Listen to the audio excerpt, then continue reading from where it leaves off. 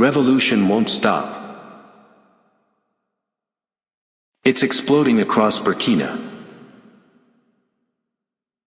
What if I told you there is a country where millions of citizens are in the streets every day? Not to protest. Not to riot. But to build. To clean. To restore. This is not Europe. This is not America. This is Burkina Faso. And the name of this people's revolution is Faso Mebo, which means, let's rebuild the nation. Across the land, the poor, the rich, the youth, the old, the men, the women, even the children, are carrying shovels, wheelbarrows, rakes, and buckets. They are fixing what was broken, cleaning what was dirty, and creating what never existed before. This is not just a project. This is a rebirth. And it is exploding across Burkina Faso. Traoré's vision, the spark. When Captain Ibrahim Traoré came to power, the world expected him to ask for aid. To beg the IMF for loans. To run to Paris or Washington with a bowl in his hands. But Traoré said something different. We will not beg. We will not wait. We will rise with our own hands. At first, people thought, these are only words. But now, those words have become streets, canals, drains, schools, and hospitals. They have become a living movement. The revolution of shovels and brooms. Normally, when you hear millions in the streets, you think of chaos. But here, millions in the streets means something else. In one corner, people mix cement. In another, young brigades sweep markets. Along the roads, men dig canals to protect against floods. Near the lakes, women and children remove waste and restore water. Burkina Faso has turned into a giant construction site, and at the same time, a giant cleaning campaign. This is why they call it Faso Mebo. It is not only rebuilding pavements, it is renewing the soul of the nation. How it works. The plan is simple but powerful. The government calls. The people answer. Ministers, businessmen, and companies donate cement, vehicles, and machines. Citizens organize brigades in every city and town. Youth and students join during their vacations. Farmers, mothers, and elders give their time, food, or labor. The diaspora sends money and support. This is not foreign aid. This is national will. The power of donations.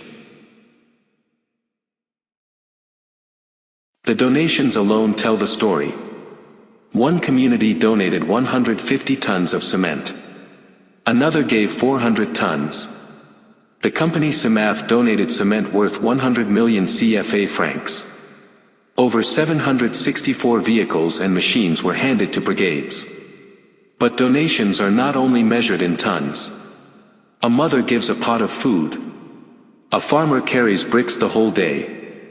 A child spends the day helping the young. This is the true wealth of Burkina Faso. The people's army of builders and cleaners. For years, the country fought with guns against terrorism. But now, the biggest army is carrying tools. An army where youths hold shovels and wheelbarrows. Women sweep markets and repair drains.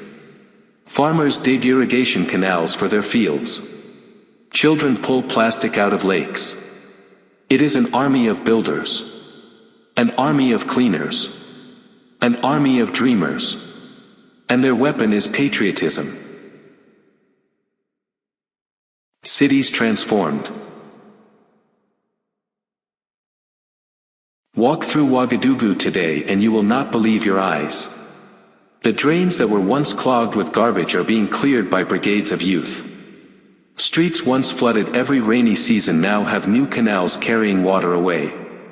Neighborhoods that smelled of waste are shining again. In Bobo Dioulasso, the lakes are being cleaned. People are dredging the water, pulling out old plastic and waste. Children laugh as the water becomes clear again. For the first time in decades, the people see their cities not decaying, but reborn. Villages included. It does not stop in the cities. In villages, Faso Mebo means new irrigation canals for farming.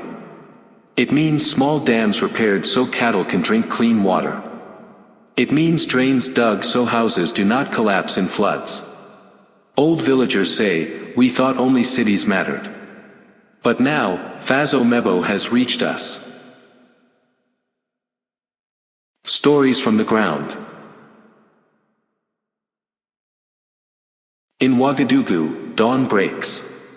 Young men gather with rakes and spades. They march to the canals, singing patriotic songs. One group digs, another carries sand, another clears garbage. At midday, women arrive with pots of rice and to feed the workers. After eating, the brigades go back to work until night falls. The city is alive, not with noise of protests, but with rhythm of work. In Bobo Dioulasso, the cleaning of lakes has become a festival. Musicians play drums while the youth work. Children help carry small buckets of water. Flags wave in the air. What was once dirty now becomes a place of pride. Patriotism reborn. For years, the Burkinabè watched billions of gold leave the country while poverty stayed. They saw aid arrive, but no real change. They saw leaders kneel before foreigners. Now, they see something new. Their president refuses to beg. Their ministers donate cement. Their neighbors sweat beside them. This is patriotism reborn. Not just in speeches, but in streets, drains, lakes, and schools. Africa is watching. Across Africa, people are watching with amazement. How can a poor, landlocked country do this without loans? The answer is unity. While others wait for donors, Burkina Faso acts. And this fire is spreading. Mali, Niger, Guinea, all are inspired. They whisper, if Burkina can rise, why not us? Comparisons that hurt. Think about it. Some African countries have more oil, more gold, more money. Yet their streets remain dirty. Their drains flood every rainy season. Their schools leak when it rains. Their hospitals lack beds. Burkina Faso, with less, is doing more. Because the true wealth of a nation is not its money. It is its people's will to act. Traoré's new social contract. Ibrahim Traoré is not only building infrastructure. He is building confidence. For decades, Africa was told, "You cannot do it. You must wait for us." Now Burkina Faso answers, "We can do it. We will do it. Watch us." That is the new social contract. A leader who refuses to kneel. And a people who refuse to give up. Facts that amaze. 150 to 400 tons of cement donated in single communities. 100 million CFA francs worth of cement from CEMAF. 764 vehicles and machines handed to brigades. Millions of citizens in the streets with shovels and rakes. Cities cleaned, canals repaired, drains unblocked, lakes restored, new waterways dug. Villages included with irrigation canals and dams repaired. Diaspora sending funds to join the revolution. These are not promises. These are facts on the ground. A second independence. In the 1980s, Thomas Sankara said, "He who feeds you, controls you." He planted trees to fight desertification. Today, Ibrahim Traoré plants something else, the seed of self-reliance. Sankara's seed is now giving fruit. That fruit is called Faso Mebo. Voices of the people. A young volunteer says, "I never thought I would be proud to dig a canal. Today, I know I am building my country." A mother says, "My son carries bricks, I sweep the streets, my husband donates cement. This is our revolution." An elder says, "In my youth, we built for colonizers. Today, we build for ourselves." Their voices echo louder than any statistic. The Festival of Work. Walk into any Faso Mebo site and it feels like a festival. Drums beating. People singing. Flags waving. Children laughing as they sweep dust from streets. Yes, the work is heavy. Yes, sweat pours from every face. But the spirit is joyful. Because this is chosen labor, not forced labor. It is love for the homeland. Why the world is shocked. Foreigners shake their heads. How can they do this without foreign aid? But they do not understand. Money is not the strongest fuel. Patriotism is. And in Burkina Faso, patriotism burns like fire. The message to Africa. Burkina Faso is shouting a message. Independence is not given on paper. It is built by hands. Every drain cleared is independence. Every canal dug is freedom. Every school built is resistance. This is why Faso Mebo is not just about infrastructure. It is about dignity. Why the revolution won't stop.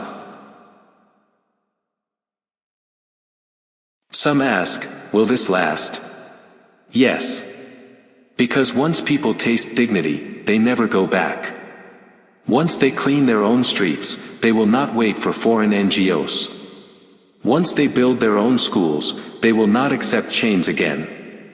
Faso Mebo does not belong to government. It belongs to the people. And the people will not stop. Closing, final hook. So let me ask you.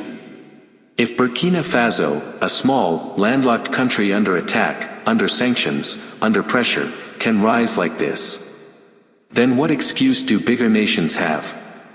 The Burkinabè people are proving something powerful. Independence is not given. It is built. Brick by brick. Drain by drain. Canal by canal. Hand by hand. This is Faso Mebo. This is patriotism alive. And this is why the revolution will not stop.